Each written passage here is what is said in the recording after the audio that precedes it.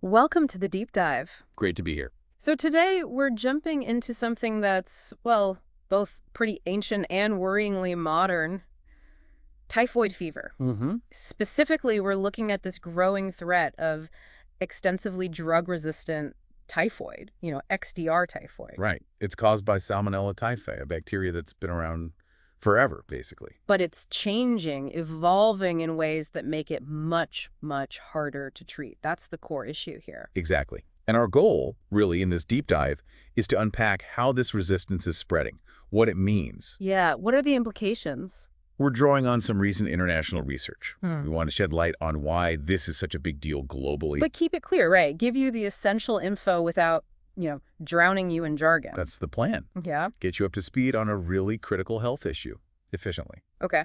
And we're mainly looking at a recent news report that covers this international research into antibiotic-resistant strains. That's our main source, yes. So let's start with context. Typhoid fever. It's maybe not top of mind for everyone listening, depending on where you are.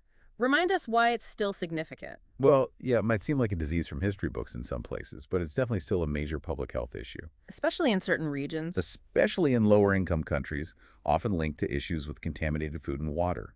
It's caused by a specific type of Salmonella bacteria. Salmonella enterica cerovar typhi. Right, exactly. Think of Cerovar as just a distinct version within the big Salmonella family that specifically causes typhoid. Okay, got it. So let's tackle this term. Extensively drug-resistant typhoid.xdr. What makes it so different, so concerning? Well, XDR basically means these specific typhoid bacteria, the Salmonella Typhi, they've built up resistance to a whole bunch of antibiotics. Not just the old ones. No, that's the worrying part. It includes the older standard treatments and newer, more powerful drugs, things like fluoroquinolones and third-generation cephalosporins. These are often the drugs you turn to when other things fail. So the bacteria have found ways around multiple lines of defense. Pretty much, yeah. They can evade antibiotics that target different essential things they need to survive. Yeah. It's sophisticated resistance. Wow. Okay, that really does sound like it complicates treatment. The report flags South Asia as a key area here. Why there? Yeah, it seems the rapid emergence and then the spread of XDR typhoid is particularly noticeable in South Asia. Like a hub for it? It seems that way. It looks like a major region where these highly resistant strains are not just popping up, but also spreading from. We know typhoid can be serious, but the general understanding is it's treatable with antibiotics, usually. How does this resistance change that picture? That's been the case historically, yes. Typhoid still causes, roughly 100,000 deaths globally each year, but antibiotics have made it manageable. But now, the concern is, as more strains become resistant to multiple drugs, these infections just get much, much harder to treat effectively. which means Which means a higher chance of severe illness, people being sick for longer, and unfortunately, a higher risk of death. the research you mentioned, it looked at blood samples from South Asia. What did that kind of genetic detective work actually find? So researchers did these detailed genetic analyses on the Salmonella Typhi they found in patient blood samples there. Okay. And this let them pinpoint the exact genetic changes, the mutations, causing the antibiotic resistance. And what about the spread? Well, what's really striking is how much these resistant strains have moved around across borders. How much? The analysis suggests these resistant types have emerged and then spread between countries in that region nearly 200 times just since 1990. 200 times. Wow. That's a Well- lot of movement.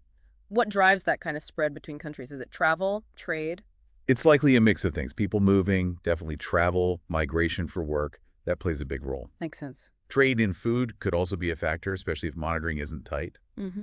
And then there's, sometimes gaps in public health surveillance. Meaning it's harder to track and stop outbreaks early. Exactly. It makes containment much more difficult once these strains get a foothold. It really shows how connected global health is. The article quotes Dr. Jason Andrews from Stanford. What was his take? Yeah, Dr. Andrews had a pretty strong statement. He said, the speed at which highly resistant strains of S. typhi have emerged and spread in recent years is a real cause for concern, Okay, highlighting the speed. and highlights the need to urgently expand prevention measures, particularly in countries at greatest risk. So real urgency there. Hmm. And the focus is shifting towards prevention. Absolutely. His comment really underscores how seriously experts are taking this and why preventing infections in the first place is becoming so critical. That prevention point seems key. Now, you mentioned the timeline in the article sounds quite fast too, right? Something about a specific strain in 2016. Yes, exactly. In 2016, they identified this, well, super resistant strain in Pakistan. Highly concerning. And then, what's really alarming is how quickly it just took over. By 2019, just 3 years later, that specific XDR strain was the most common type of typhoid found in Pakistan. 3 years to become dominant? That's incredibly fast. It really is. It just shows how fast antibiotic resistance can establish itself and spread through a population once it emerges. And the article says typhoid is becoming even more resistant. Yeah, it suggests this isn't a static situation. The bacteria are likely continuing to evolve, finding new ways to evade our treatments. It just compounds the difficulty. So let's talk worst case scenario. If these highly resistant infections aren't treated effectively or can't be treated, what happens? The outcomes can be really severe. The article mentions that untreated typhoid fever can be fatal in up to 20% of cases. 1 in 5. Yes. And when you think about the global numbers, an estimated 11 million cases worldwide each year.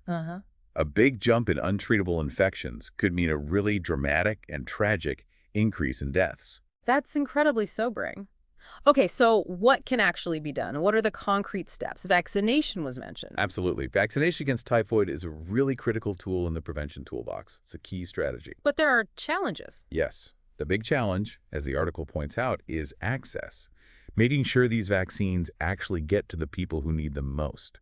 Particularly in those high-risk, lower-resource areas we talked about. Exactly. Where the risk of both getting typhoid and encountering resistant strains is often highest. It definitely sounds like a major challenge needing immediate action. The article finished with a strong call to action, didn't it? It really did. The message is that this rapid spread of XDR typhoid demands a coordinated, urgent, global response. What does that look like? It means strengthening public health systems overall, improving sanitation, ensuring access to clean water, the basics, are still crucial. Right. Plus, expanding those vaccination programs we mentioned, and really boosting surveillance. We need to track resistance better, understand how it's evolving. Okay, so let's pull this together. The key takeaway from this deep dive seems to be this really quite worrying trend. Typhoid fever, traditionally treatable, is developing resistance to multiple antibiotics. Including some of our best ones. Right. And this evolution is turning a manageable disease into something potentially deadly again. It's a serious global health threat needing real attention. Precisely. And that urgency you heard from experts like Dr. Andrews, it really highlights the need to get ahead of this with prevention. Especially in vulnerable populations, we need to slow this down. Exactly. We need strategies to halt the spread of these resistant strains. You asked earlier about why South Asia might be particularly affected. It's complex, likely involves factors like population density, water sanitation infrastructure, antibiotic use patterns. Things that create pressure for resistance to emerge and spread. Yes, it's a confluence of factors. Okay, so maybe a final thought for you listening. As you process this, think about the wider picture. This rise in XDR typhoid isn't happening in isolation. It's a stark example of the broader challenge of antibiotic resistance across many different bacteria. It absolutely is. So the question to maybe ponder is, how can our global health systems get better at preparing for and responding to the rapid emergence and spread of these drug-resistant bugs in the future? Yeah, is the infrastructure we have now really adequate for this kind of evolving threat? Definitely something to think about. Thanks for joining us on the Deep Dive.